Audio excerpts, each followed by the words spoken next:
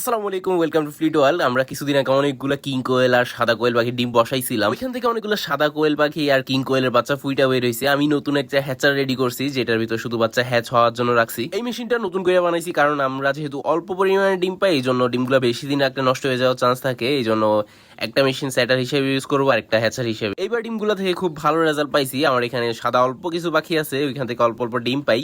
ওইগুলোর সাথে অল্প কয়েকটা কালো পাখি থাকার কারণে কিছু কালো বাচ্চাও বের হয়। আগের ভিডিওতে দেখছিলেন আমরা বেশ কিছু সাদা কোয়েল পাখির বাচ্চা কালেক্ট করছিলাম। ওইগুলো মাশাআল্লাহ এখন খুব বড় হয়েছে। ওইগুলোর বয়স এখন মোটামুটি 35-30 দিনের মতো হয়ে গেছে। ওইগুলো খুব দ্রুত ডিমে চলে আসবে। ওইগুলা ডিমে চলে আসলে ওইখান থেকে আমরা যে কালো কোয়েল পাখিগুলো এখন আছে ওইগুলো সরাই ফেলবো, সবগুলো সাদা হয়ে যাবে। আশা করি তখন আর হয়তো কালো পাখি একদমই বের হবে না। এই মেশিনটা মূলত আমার নিজের বানানো। এটা অনেক আগে বানিয়ে রাখছিলাম ম্যানুয়াল ইনকিউবেটর হিসেবে, তবে অনেকদিন ধরে ইউজ করা হয় নাই। তবে এখন আমার নতুন করে এটার ভিতর ডিম বসাইছি। স্যাটারের জন্য এটা রাখবো, যে লাস্ট যে 3 দিন বাচ্চা ফোটার সময় থাকে তখন এইটার ভিতর থাকবে। প্রথম 14 দিন ডিমগুলো আমরা স্যাটারের ভিতর রাখবো, যে বড় মেশিনটা আছে ওইটার ভিতর। বাকি 3 দিন এই মেশিনের ভিতর থাকবে। কোয়েল পাখির সাদা কালারটা আমার কাছে খুব ভালো লাগে, এই জন্য শুধু সাদা কালারটাই আমি কালেক্ট করতেছি। আমার কাছে বেশিরভাগই এখন যা আছে সব সাদা পাখি। আর এই নতুন বেচ গুলো রেডি হইলে ইনশাল্লাহ অনেকগুলো সাদা পাখি রেডি হবে। নর্মাল যে সাদা কোয়েল পাখি ডিমগুলো আছে ওইগুলো থেকে খুব ভালো হ্যাচ রেজাল্ট পাইছি। তবে কিং কোয়েলের ডিমগুলো একটু কম হ্যাচ হয়েছে। কিং কোয়েলের ডিমগুলো একটু বেশি পুরান হয়ে গেছিল, এই জন্য ওইখান থেকে হয়তো হ্যাচিং রেটটা একটু কম আসছে। তবে আশা করি ইনশাল্লাহ ফিউচারে এখন যেহেতু আমরা 2টা মেশিন করে ফেলছি, হ্যাচিং রেটটা খুব ভালো পাবো।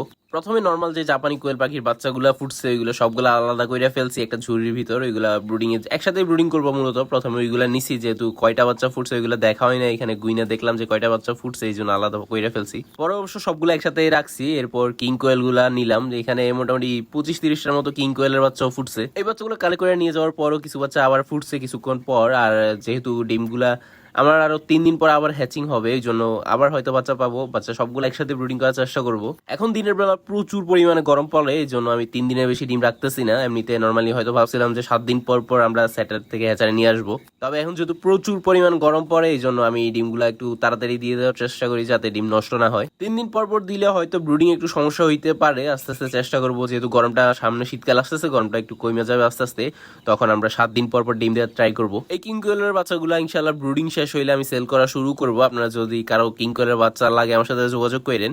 এখন মোটামুটি রানিং গুলাও আছে, প্রায় 50-55 দিন বয়সের গুলাও আছে। আর এই যে এখন তো জিরো বাচ্চা ফুটছে, এগুলাও ব্রুডিং কমপ্লিট হইলে মাসাল্লাহ 10-15 দিন বয়স হবে, তখন এগুলাও দিতে পারবো। এখানে বেশিরভাগই ক্লাসিক বাচ্চা, শুধু একটা মেবি সাদা বের হয়েছে আর একটা পাইক কালারে বের হয়েছে। আর বাকিগুলা এই কালারটা মোটামুটি লাল টাইপের হয়ে যাবে। রানিং গুলার ভিতরে এখন সিলভার কিছু আছে, আর বেশিরভাগই আমার ক্লাসে ক্লাসিক পেয়ার।